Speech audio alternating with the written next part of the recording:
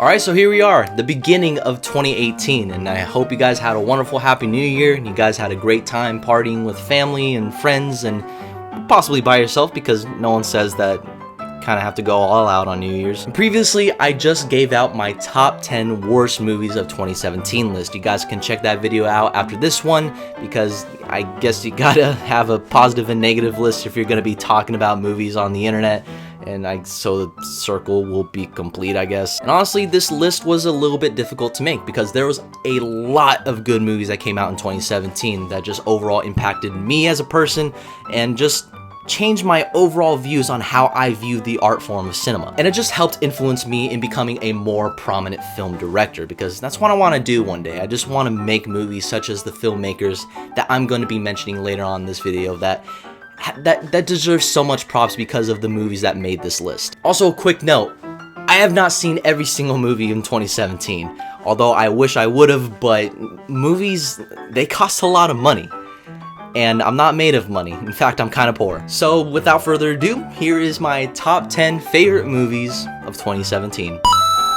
So number 10 is a horror/suspense film that came out at the right place at the right time with the social commentary that it's presenting, and it's a pretty damn good movie, and that is Jordan Peele's Get Out. Without giving too many spoilers away, this movie at its core is a horror/suspense film, but as you see the movie progress, it kind of dwells into the comedy and the science fiction aspect, and this movie absolutely sets an example because of that. You're seeing this movie blend all these different genres in all these weird and obscure ways, but as you're seeing how this movie executes that, you gotta give props to how the director Jordan Peele wrote the script. It was actually my first time noticing the actor Daniel Kaluuya, because as soon as I went home, I wikied his name. I had no idea that he was British.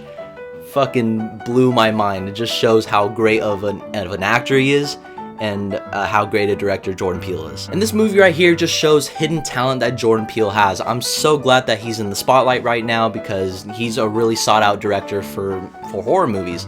And I want to see what he does next, because this guy has a ton of potential. I don't think he's done quite yet.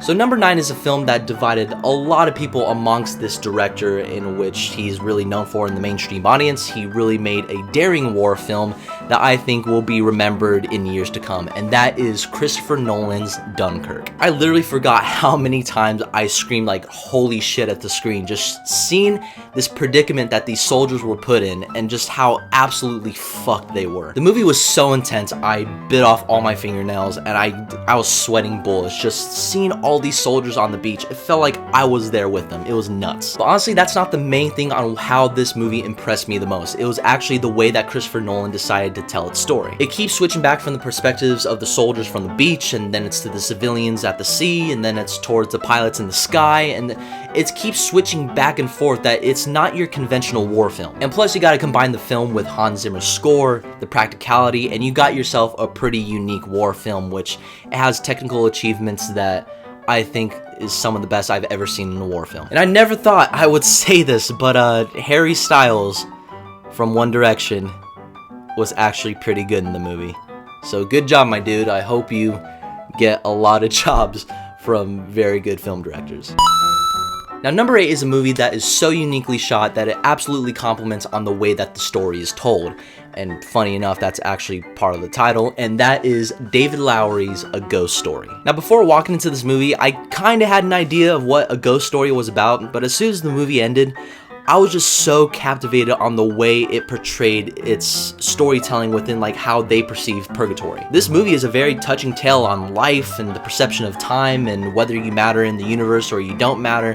I just really want to get inside David Lowery's head and see like what he was thinking when he was writing the script. The film could have worked entirely as a silent film, and I would have gotten everything of what the characters were feeling and what they were saying, especially when Casey Affleck decided to just wear a long white bed sheet for him portraying as a ghost, and him not having any dialogue. I understood exactly what he was feeling. And it really all comes down to how you execute the lighting and how you deal with the camera movements, and really when you execute all of that in such a unique way, you really don't need dialogue. And as a huge fan of silent films, it could have pulled that off entirely, but that doesn't take away what this film absolutely achieves, and I loved every single second of it. Also, Rooney Mara eating a pie for 5 minutes straight, that takes a lot of guts, because I would have puked within like the first minute. Now, number 7 is a film that I was extremely looking forward to, knowing that the director has these incredible monster effects and some intricate storytelling within his movies. As soon as I heard what the premise was for this movie, I knew I was gonna be in for something special, and that is Guillermo del Toro's The Shape of Water. Not only does this film have monster effects that pays tribute to like the 1950s and 60s monster movies, but it tackles a story that not a lot of movies do nowadays. Now, as completely weird as it sounds, the movie is about a woman falling in love with a fish man, and trust me on this movie is charming, it's funny, and it's ultimately a romance story. And this film contains possibly one of my favorite scenes of the entire year, and for those who have seen it, you know exactly what I'm talking about, and it's that black and white scene. Yeah, you know what that is. I absolutely love the way that Guillermo del Toro directs his actors and actresses. You know, Sally Hawkins and Octavia Spencer, they were fantastic. Michael Shannon, one of the best villains of the year. He's always a great villain. And after watching this movie, it made me think that Guillermo del Toro is absolutely born to do the BioShock movie if they ever decide to do one, because I know a lot of video game movies, they tend to be left in the wrong hands, but if they pass it off to Guillermo del Toro, I am all on board for that. Now, number 6 is probably the most realistic approach to a movie that I've seen this entire year, and it went under a lot of people's radars, and this movie's pretty damn good. I really wish a lot of people would have seen that, and that is Sean Baker's The Florida Project. I'd say about like halfway through the movie, you don't really know what or who this movie is about, because it's just covering all these different characters just living in the outskirts outside of Disney World, and it's not until the last half of the movie that it throws this curveball, and this film shows what it's really about, and it turns out to be one of the most sad and touching stories of 2017. The director Sean Baker does an excellent job directing these actors. It feels as if they don't even know that there's a camera in front of them. They're living these characters' lives as if they themselves are the characters. It feels absolutely real. This movie features probably one of the best child performances I've seen in a movie ever, and that's Brooklyn Prince. That girl has a bright future ahead of her, along with the lady who played the mother that has never acted in a movie before until this one, and her name is Bria Vinate. I'm pretty sure that's how you say her name, but I hope that I see her in more movies because she was incredible. If you're not looking for a movie that's just a harsh reality of what life is, then this movie probably won't be for you, but the way that Sean Baker executes that in his movie, it's incredible and something that you should not miss out. Now, number 5 is the most fun I've had in the theater, and it's the best movie of the summer by far. In my opinion, this director has not put out a bad movie yet, and he continues that streak with this movie, and that is Edgar Wright's Baby Driver. Now, this film has the most daring editing techniques that I've seen in an action movie since Mad Max Fury Road, but the special thing about this is that it's edited all the way through the soundtrack. I mean, yeah, sure, it may seem like this huge gimmick that doesn't really sound great on paper, but until you watch it unfold on the screen, you just can't help but drop your jaw on how the cast and crew were able to pull this thing off. It was like, in a way, a pseudo-musical, seeing how the music syncs up with the characters' actions and the sound effects. I can imagine this movie is gonna get nominated for all the sound categories because it was great. Also, of course, like the best editing category, because this movie is an absolute achievement in action, stunts, editing, sound design, you name it. And plus you have a story that has a huge heart behind it.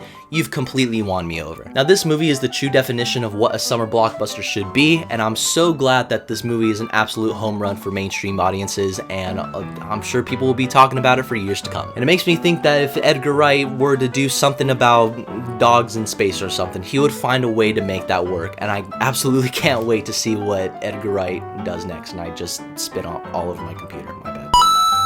So number 4 is a movie that also deals in a realistic approach based on how the movie kind of makes you recall on some of your experiences based on how it tells its story, and that is Luca Guadagnino's Call Me By Your Name. Now, this film takes a very interesting take on the so-called summer fling, whether it's someone by your same sex or your opposite sex or whatever. It doesn't really matter because it takes you back to that experience that kind of makes you into the person that you are today. The story really shows this young yet playful innocence within these characters and how they're getting to know each other and all the acts that they're doing that would eventually define their future selves. And seeing something as great as like a summer fling could eventually shape a person who they are like to this day. The actors Timothée Chalamet and Armie Hammer absolutely portray that in the best way, and it's some of the best acting I've seen all year. And especially Timothée Chalamet, like this dude acts all the way through the end credits, and it's incredible on how Luca Guadagnino absolutely pulls that off. And the dude is like 20 years old. That's incredible. And I was very fortunate enough to have a Q&A with the director, and the way that he was explaining his movie on what he was trying to do within the storytelling was absolutely incredible to hear. If you guys have like a Q&A that you can find on YouTube, check that out, because the way he describes his movie is awesome. And apparently he's doing the remake of Dario Argento's Suspiria, which is a horror classic amongst many film buffs, so we'll see how that goes. Other than that, Call Me By Your Name, number 4, and it's well deserving. Now, number 3 is another romance movie, in animation if you will, that came out in 2016, but it got the wider release in 2017, so I kind of consider it a 2017 movie since a lot of people started to see it, and especially me because I missed it last year. But that is Motoko Shinkai's Your Name. Now, this movie may possibly be one of the best love stories I've ever seen put to screen. Although, like, it's an animation, these characters feel absolutely realistic. Now, this movie had a blend of comedy, romance, science fiction, and it turned out to be one of the most thought-provoking animations that I've ever seen. And I'm not sure if this movie is ever gonna get an English dub version, because I know there's a lot of people out there that prefer a Japanese subtitled version only, but whatever version that you can get your hands on, do it and watch it, because it's an incredible film. Just go in completely blind, just witness this yourself, you're not going to be disappointed, I promise.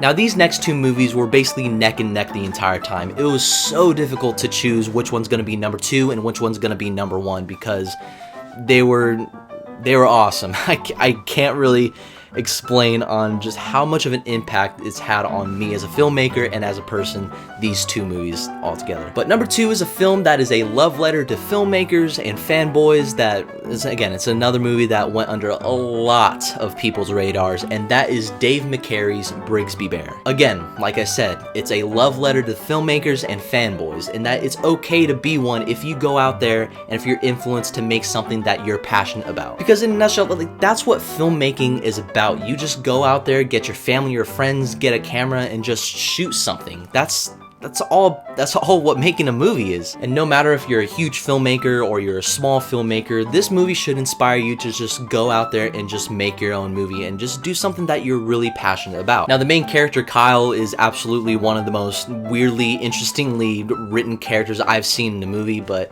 you know, it really helps bring that message across, and it's not all in your face like how I just described it right now. But you know what? The character absolutely helps within the storytelling. Also within like movie making, like you can tell that the director was so passionate about it that it's like he just poured his entire passion from the beginning to the end. It was awesome to watch. Definitely check out Brigsby Bear if you haven't, because this is something extremely special that I don't think a lot of movies do nowadays.